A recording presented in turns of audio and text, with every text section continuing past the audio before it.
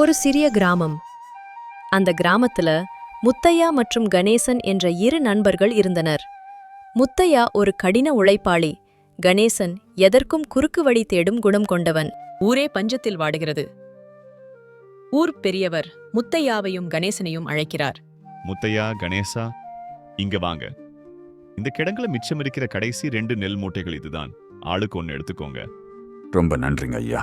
இந்த நேரத்துல இது எங்களுக்கு பெரிய உதவி. இதுல இருக்கிறத நீங்க உணவா சமைச்சும் சாப்பிடலாம், இல்ல நிலத்துல விதைக்கவும் செய்யலாம். அது உங்களோட விருப்பம்.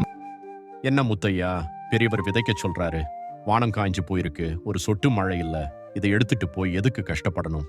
இல்ல கணேசா, இப்போதைக்கு இதை சாப்பிட்டா இன்னும் கொஞ்ச நாள்ல திரும்பவும் பசியோட தான் நிக்கணும். இதை விதைச்சாதான் நமக்கு நிரந்தர தீர்வு கிடைக்கும். நீ ஒரு முட்டாள். நான் வீட்டுக்கு எடுத்துட்டு போய் இப்போவே சமைச்சு சாப்பிட போறேன். எனக்கு இப்போ வயிறு நிறையணும், அவ்வளவுதான்.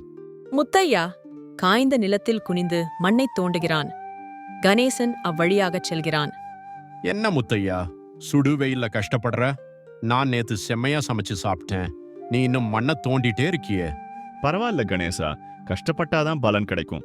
இதோ தூரத்துல இருக்கிற கிணத்துல இருந்து தண்ணி எடுத்துட்டு வந்து ஊத்த போறேன். முத்தையா, மழை வராத நிலத்துல தண்ணி ஊத்தி என்ன ஆக போகுது? பார்க்கலாம் ஐயா, என் உழைப்பு மேல எனக்கு நம்பிக்கை இருக்கு. சில வாரங்கள் கழிகிறது. முத்தையாவின் நிலம் மட்டும் பச்சையாக இருக்கிறது. கணேசன் ஆச்சரியத்துடன் பார்க்கிறான். இது என்ன அதிசயம்? ஊரே காய்ஞ்சு கிடக்கு, ஆனா உன் நிலம் மட்டும் இப்படி பச்சையா இருக்கு. இது அதிசயம் இல்ல கணேசா, என்னோட உழைப்பு. நான் ஊத்துன ஒவ்வொரு சொட்டு தண்ணியும் இப்போ பயிரா நிக்குது. அப்போது வானம் மேகமூட்டமாக மாறுகிறது. மழை பெய்யத் தொடங்குகிறது. மழை பெய்யுது. முத்தையாவோட நம்பிக்கைக்கு வானமே இறங்கி வந்துடுச்சு. கணேசன் கவலையோடு வருகிறான். முத்தையா, நான் அவசரப்பட்டு என் மூட்டையை சாப்பிட்டு முடிச்சிட்டேன். இப்போ என் வீட்ல ஒரு பருக்கை கூட இல்லை. எனக்கு கொஞ்சம் நெல் தருவியா? கண்டிப்பா கணேசா, பசி கொடுமை எனக்கு தெரியும். இந்தா, உனக்கும் ஊர் மக்களுக்கும் தேவையான நெல்லை எடுத்துக்கோங்க. என்னை மன்னிச்சிடு முத்தையா. குறுக்கு வழி என்னை நடுத்தெருவுல நிப்பாட்டிடுச்சு. ஆனா உன் உழைப்பு இன்னைக்கு எல்லாரையும் காப்பாத்துது.